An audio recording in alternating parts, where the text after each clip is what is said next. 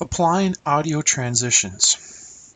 So here I have 3 clips and I have a lot of audio in them, and I want to transition because they're very different from one clip to another.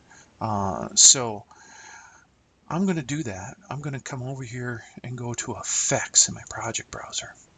In my Effects, you can see I have audio transitions. I'm going to go to Crossfade, and I am going to go and apply the constant power.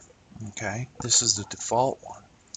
I'm just going to come over here and drag this over, and I'm going to place it down here on my audio track, right? Notice how it doesn't go on the video track, only in the audio track.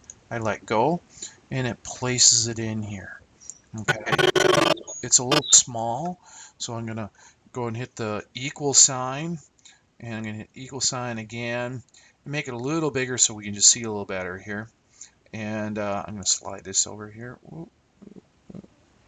Just trying to get it so I can see that a little better. Okay, so by default we'll put that right in there, and I can hover over it. You can see that the duration is for 1 second.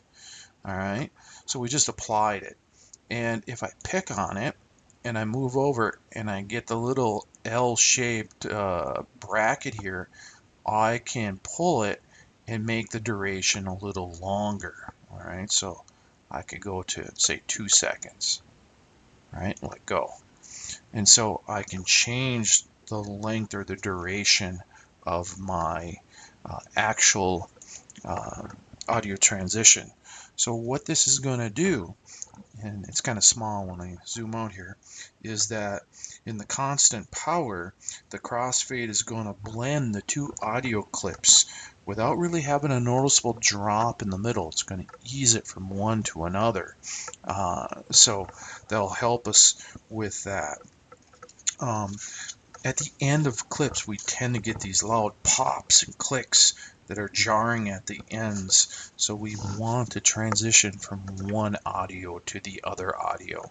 And so you can just drag and drop our 3 main crossfades in between any particular audio track to help with our transition of our soundtrack by removing those audio pops and really abrupt edits.